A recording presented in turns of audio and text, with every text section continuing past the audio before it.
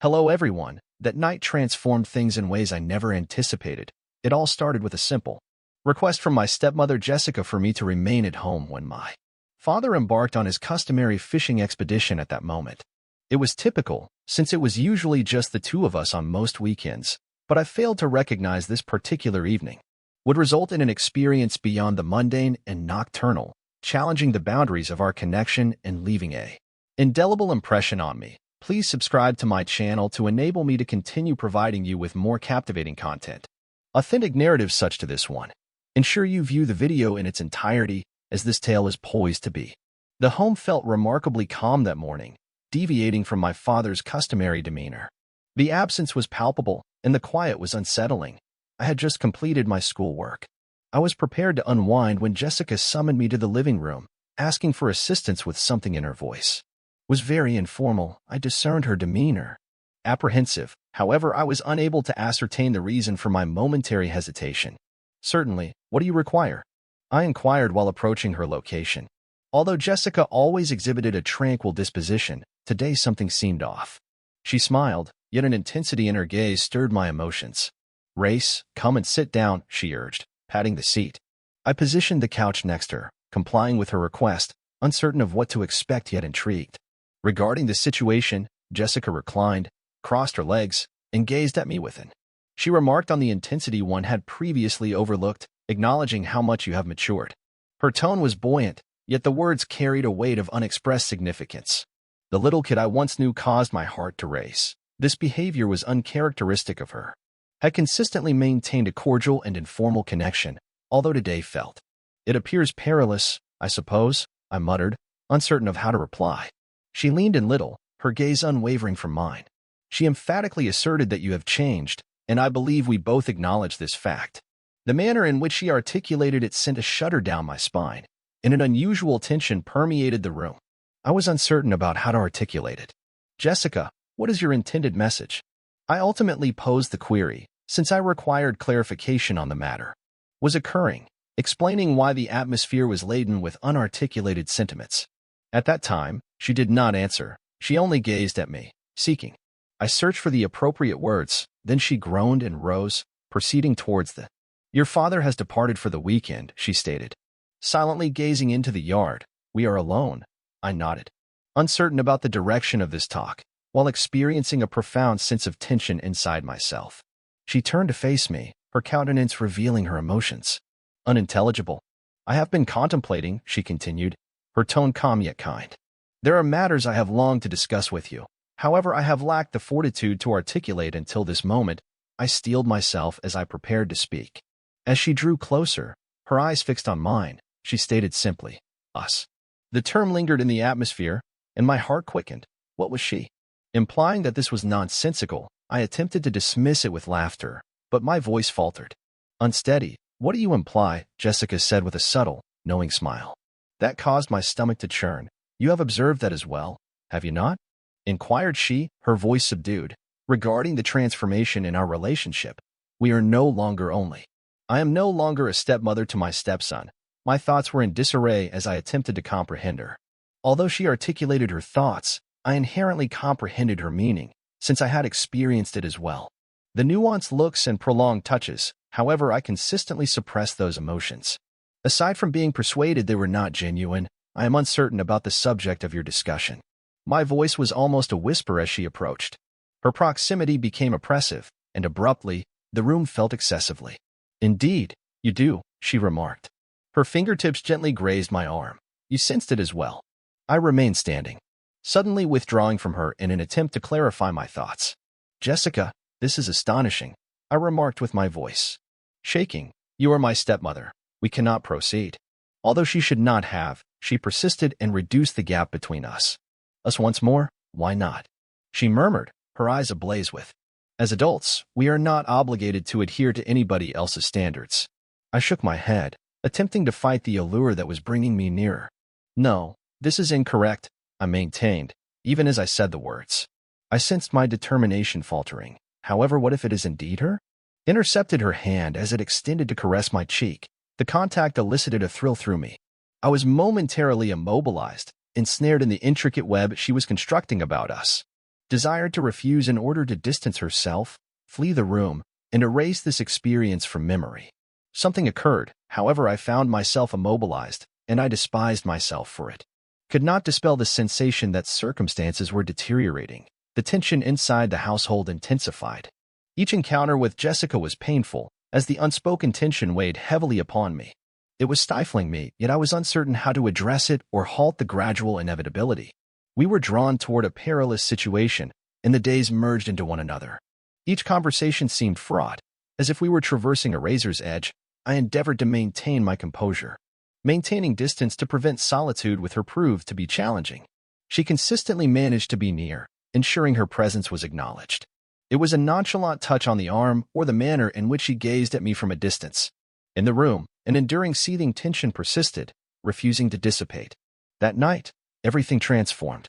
My father was working late, and I was attempting to remain sequestered in my room, hoping that if I evaded her for an extended period, I anticipated a return to normalcy, although I was well aware that such an outcome was improbable. I could hear her going downstairs, the television playing gently in the background, and the clock ticked audibly on my wall, each second prolonging the difficulty of ignoring it. I contemplated contacting a buddy to fabricate a reason for my departure, although something prevented me from answering the phone. Instead, I found myself standing outdoors. In my room, I listened to the quiet that had enveloped the home. It was excessive.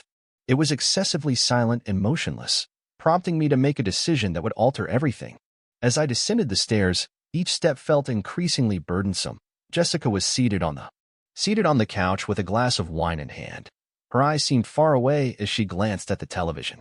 She first overlooked me, or perhaps she acknowledged my presence but feigned ignorance. I paused at the base of the steps, uncertain of how to proceed. She glanced upward, her gaze connecting mine, and I saw there was no possibility of retreat. Unable to sleep, she inquired, her voice gentle and nearly inaudible. Excessively informal, there was an element in her tone that accelerated my heartbeat, reminiscent of that initial encounter. Indeed, I murmured, lacking confidence in my ability to articulate. I approached the couch and seated myself, ensuring ample room remained. Despite maintaining a considerable distance, I could still see the palpable tension between us. We sat in silence for a few seconds, the only sound being the soft hum of. I sensed her gaze upon me, her eyes fixating in a manner that evoked discomfort. My skin tingled. I was uncertain how to proceed and how to disrupt the stillness. Before I could respond, she interjected, stating, "I have been contemplating our relationship," she said gently, her voice almost above a whisper. My heart raced. "Jessica, we cannot go," commenced, but she interrupted me before I could conclude. "Why not?" she said, turning to face me. "Why are we feigning that there is nothing between us when we both acknowledge its existence?" Her words impacted me profoundly. I want them to contend that she was mistaken and that we could not pursue this course. The reality was that I lacked the fortitude to resist any longer. I had experienced it as well. The peculiar attraction between us had intensified, although I endeavored to disregard it.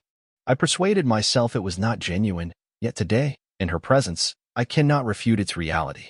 "We can no longer continue this," I stated via my voice lacked conviction. Even as I spoke, I recognized the falsehoods. She leaned forward.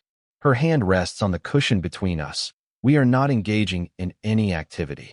"Incorrect," she said, her voice subdued and fervent. "We are not doing harm." I shook my head in an attempt to dispel the fog that enveloped my thoughts. However, I faintly contended that it was unjust as she extended her hand and positioned it, her hand on mine, her touch transmitting a surge of energy through me. "Who determines what is right and what is wrong?" she said, her stare unwavering from mine. I gulped. My heart raced. I desired to withdraw and instruct her to cease, yet I did not. I was immobilized, ensnared by the moment. Emotions I had long repressed.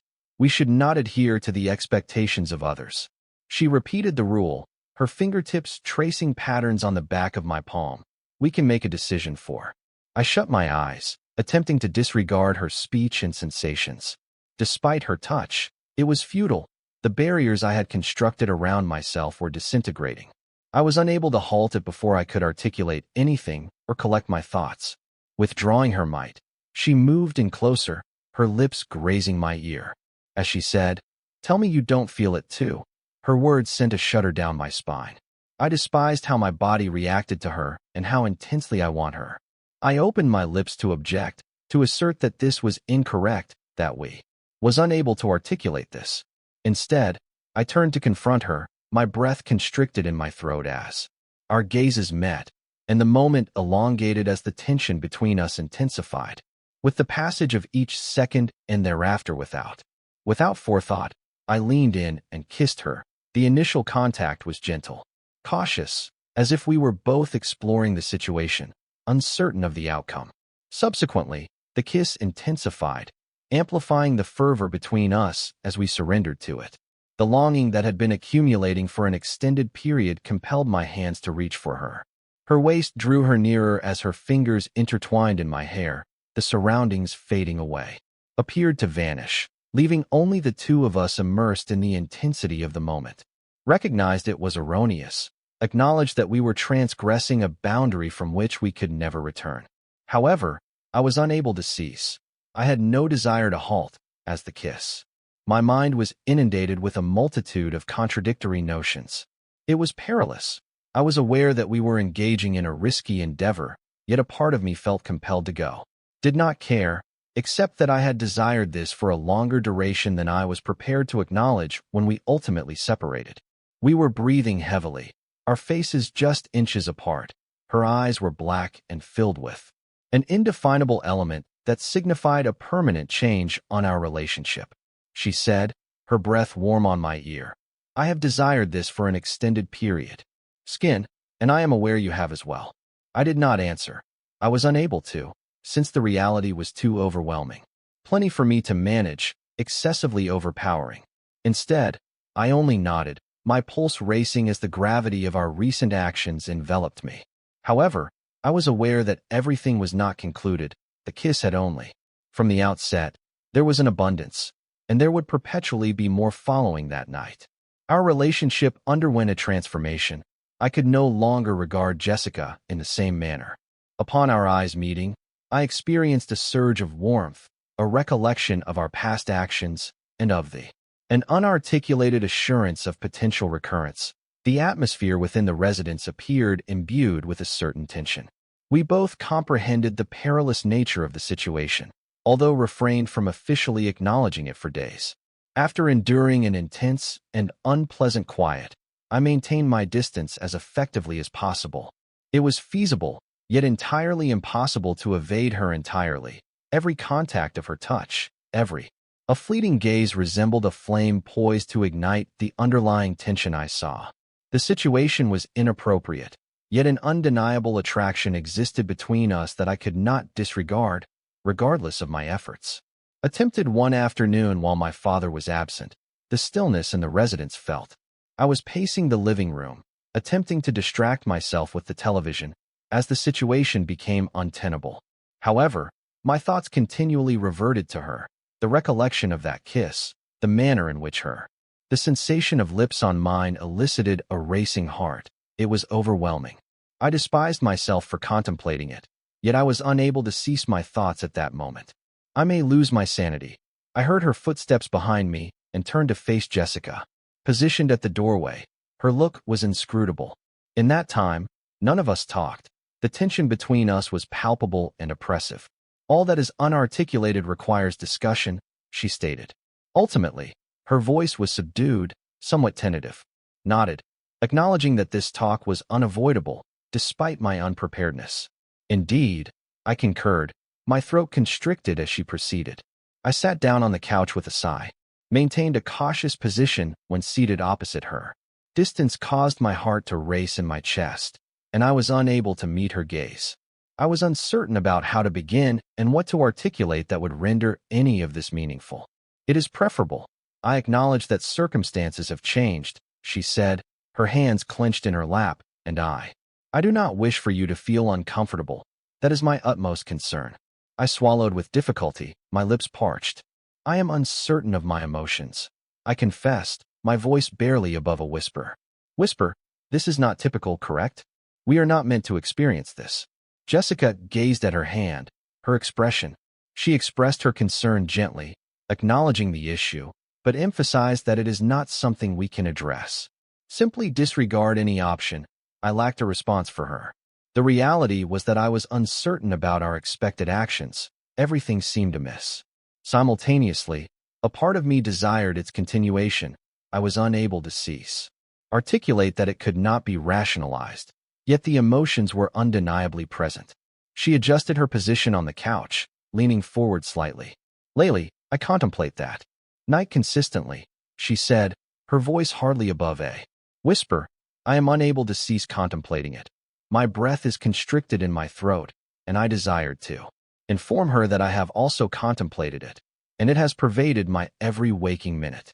However, I was unable to articulate the words. Instead, I nodded, my heart beating, as a prolonged quiet enveloped us. The weight of unspoken words intensified the tension once again. The identical perilous attraction that initially guided us along this trajectory, and before I could restrain myself, I said that I contemplated as well. The words escaped my lips before I could retract them, and once said, they could not be retracted. Jessica's gaze rose to meet mine. At that point, I realized there was no return. We had transgressed a boundary, and now we were poised on the brink of something even more perilous. She remained silent. Initially, the expression in her eyes conveyed all the information I required. There existed a yearning that reflected my own, which both frightened and intrigued me simultaneously. It exhilarated me in an undeniable manner. I stated, "We cannot continue this." Unsteady, but as I spoke it, I harbored doubts about my conviction. Jessica's stare remained unwavering. She muttered, "Left mine, but we are already present. The room seems very confined." The atmosphere was suffocating. I yearned to flee and create as much distance between us as feasible. However, I was immobilized, ensnared not by her, but by my own. The attraction between us was too potent and overpowering. I resisted before I comprehended the situation. She leaned in, her face within inches from mine. I could sense her warm and gentle breath on my skin, causing my heart to race. For a brief moment, I considered the possibility of halting it, withdrawing, and concluding this before it transpired. Progressed no farther, yet her lips met mine, obliterating all reasonable thinking. The kiss was distinct this time. It lacked hesitation. Uncertain, it was replete with the tension we had been suppressing, the longing that I had been constructing for an extended period, and I kissed her back instinctively, my hands at rest. Seated on the couch, clutching the cloth to maintain my composure, it was not a matter of affection it was a profound, unquenchable hunger that none of us could ignore. My pulse raced, and my mind was a jumble of things I could not comprehend. All I knew was that at this time, there was no going back when we ultimately separated. We were breathless, our foreheads touching, burdened by the gravity of our shared experience. Silence lingered oppressively in the atmosphere, although neither of us made an attempt to disrupt it. At that point, I reiterated the necessity to cease, although my voice was feeble and devoid of strength. With conviction, Jessica nodded, her breath warm on my skin, indicating her understanding. "It is challenging, isn't it?" I did not. Responded that there was nothing else to articulate. We were ensnared in the intricate web we had constructed. Despite our repeated assertions to cease, the gravitational pull between us continually drew us back together. At that moment, she leaned against me once more, and we succumbed to the temptation. Everything transpired rapidly, and despite my excitement, she appeared indifferent. Upon its conclusion, she grinned at me, indicating her considerable enjoyment. The subsequent days elapsed in a haze. We endeavored to maintain normalcy and feign that, although nothing transpired, the tension between us was unmistakable. Each encounter with her elicited a profound response. Experienced that identical surge of warmth, that same perilous attraction. It was as if we were orbiting one another, anticipating the moment when we would ultimately relent once more, and I recognized it was only a question of time. One evening, as my father was working late, I found myself in the kitchen. I am attempting to divert my attention by preparing supper, although the quiet in the home was overwhelmingly loud, hindering my ability to concentrate, as every sound reverberated, serving as a constant reminder. I was so engrossed in our task that I initially did not hear her enter. Upon turning back, I found her resting against the door frame, observing me with the same expression.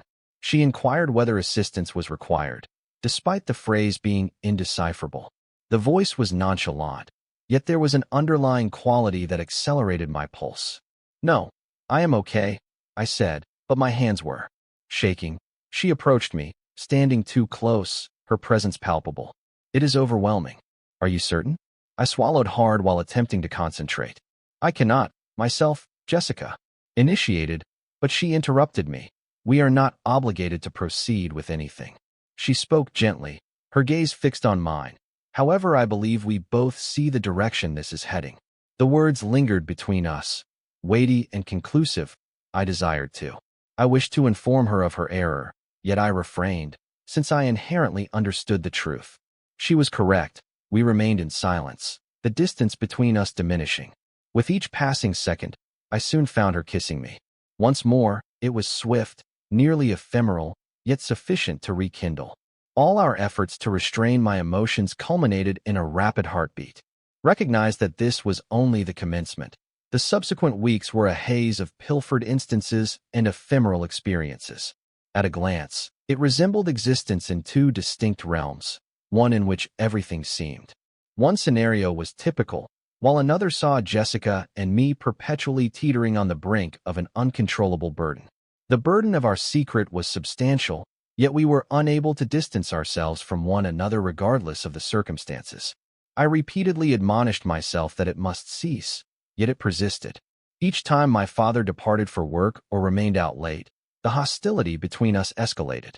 As I matured, I discovered that when I was in her presence, we could communicate silently and understand each other implicitly.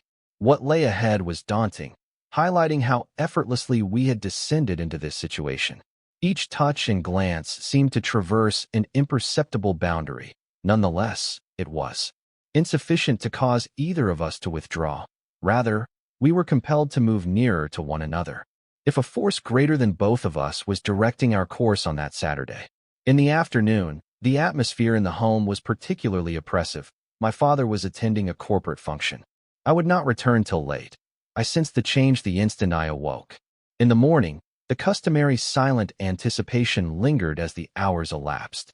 Could not dispel the sensation that an impending event was imminent, one from which we would be unable to recover. Jessica was in the kitchen, doing dishes with her back turned to me when I entered. She must have been aware of my presence, as she did not flinch at my entrance. I remained by the door, observing her. Moment of uncertainty on what to articulate or execute. This peculiar dance in which we were ensnared became habitual, and I was intimately familiar with the process. She deactivated the faucet and she dried her hands on a towel before turning to face me. For a moment, none of us spoke. The stillness was deafening, laden with unspoken words. "Are you all right?" she said. Her speech was kind, and her eyes were probing into mine. I had not been for some time, but how could I confess that? How could I articulate it? The tempest within me represents the ongoing struggle between morality and immorality. I eventually responded, my voice barely audible, as Jessica approached me. Halting at a few feet away, I had been contemplating her. She started her speech slowly and deliberately, suggesting that we should discuss. What has transpired has caused me to feel apprehensive, leaving me uncertain about my want to engage in this discussion. In the talk, what remained to be spoken that had not already been conveyed via our actions? Yet, she remained resolute and unyielding. I saw that I could not evade it indefinitely. "What is there to discuss?" inquired, my heart beating. She exhaled deeply while massaging her forehead. Using the back of her hand, "I am uncertain. Perhaps we should ascertain the location of this matter. We cannot continue to live in denial. It is occurring." "Correct. But I did not wish to hear it. Where do you believe it is headed?" I inquired with a tone more acute than I intended. Jessica recoiled somewhat, although did not break eye contact. "I am uncertain about her. I acknowledge the situation. Nevertheless, we cannot continue to avoid it." I placed a hand. Frustration surges within me as I run my fingers through my hair. "What do you desire from me?" I reacted sharply, not due to anger against her, but because I lacked the answers. "Do you want me to express that I find this acceptable, and that I am content with it? I am not agreeable to any of this. Her demeanor softened, and she advanced.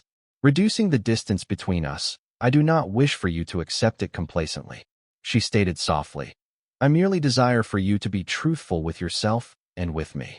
Her words impacted me profoundly. It felt like a visceral blow, as I comprehended her meaning.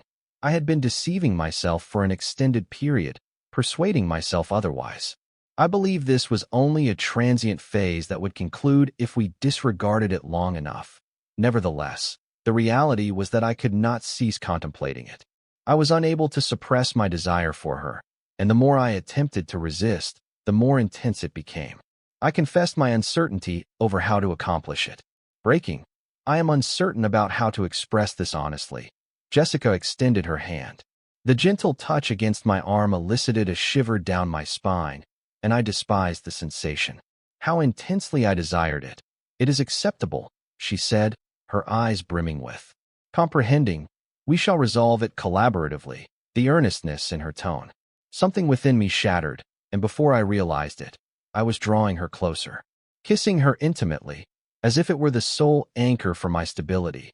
This kiss was not. It was not hasty nor frenzied. Rather, it was calm and methodical, as if we were both attempting to grasping something that is eluding us when we ultimately separated from her. Forehead pressed against mine as we stood in stillness, our breaths intertwining in a narrow gap separated us, and I could sense her heartbeat, rapid and irregular, synchronizing with mine. What are we? I whispered more to myself than to her. She answered gently that she did not know, but I cannot cease, nor could I as the days progressed. As time progressed, we were further immersed in this experience, and the moments we shared intensified, became severe and frequent until it seemed like the soul. The only time I was really myself was in her presence. I was aware that it could not endure. Eventually, something had to yield, but I was not prepared to confront that reality at that moment. In the evening, everything collapsed as I was seated in the living room with the television on. However, I suppressed my thoughts as Jessica was upstairs and my father was expected to be present. Out late once more, but I lost track of time since I was too engrossed. Engaged in introspection over all that we had accomplished and experienced. The sound of the front door opening abruptly interrupted my thoughts, momentarily disorienting me. I paused, panic surging in my chest. I had not anticipated my father's early return. I scrambled to stand, but before I could respond, he was already in the living room. His gaze traversed the area before settling on me. "Hey," he remarked. The tone was informal, yet imbued with an indefinable quality. "What are you doing?" I just responded that I was watching television, my voice strained in an effort to maintain composure. The panic of exposure caused my heart to race, as guilt consumed me. Like a live wire, he appeared oblivious, or perhaps he was aware and just making a choice. He disregarded it and sat on the couch, channel surfing. It was really an unremarkable evening as I attempted to soothe myself and persuade my mind that all was well, although the burden of our concealment weighed heavily upon me, strangling me. Jessica descended A few minutes later, she descended the stairs, her expression meticulously composed as she welcomed my father. As if nothing was amiss, as though everything was quite normal, yet I could perceive the strain in her gaze, and the way her hands fidgeted at her sides during supper that night was. The discussion was excruciatingly stiff, and each time I sensed the walls constricting as I talked, unable to meet Jessica's eyes. I concentrated on everything but the constricting knot of terror in my chest, believing we could endure the evening. Without incident, we may have successfully maintained the facade for an additional night. Nevertheless, while we were cleaning the meal, my father abruptly turned to me. "Your look is inscrutable. You have been dedicating much time to Jessica recently," he stated in a composed yet inquisitive manner. My heart ceased to beat as I saw Jessica, who had turned ashen, her eyes widened in shock. With trepidation, I stuttered, attempting to maintain a steady voice. My father's eyes remained fixed on me for an extended while, and I sensed a change in the atmosphere of the room. "Is there anything you like to disclose to me?" he inquired, his tone still casual, although there was an undertone that stirred my pulse. My mind was blank when I opened my lips to answer, however no words emerged. Frantically seeking anything, anything that might alleviate my situation, although I was unable to articulate. I could not deceive, especially in the presence of the truth. Hung in the air between us, on the verge of revelation, Jessica's palm grazed mine. A quiet appeal beneath the table only intensified the guilt. "No," I eventually murmured, my voice barely audible. Silence prevailed as my father remained mute for an extended while, only gazing at me. His inscrutable eyes conveyed understanding in the quiet while I remained standing. The intensity of his gaze bore down on me, and I saw that there was no evading the reality of the situation. The process had started. Even in the absence of verbal expression, the reality remained evident. It pursued me relentlessly, regardless of my efforts to escape.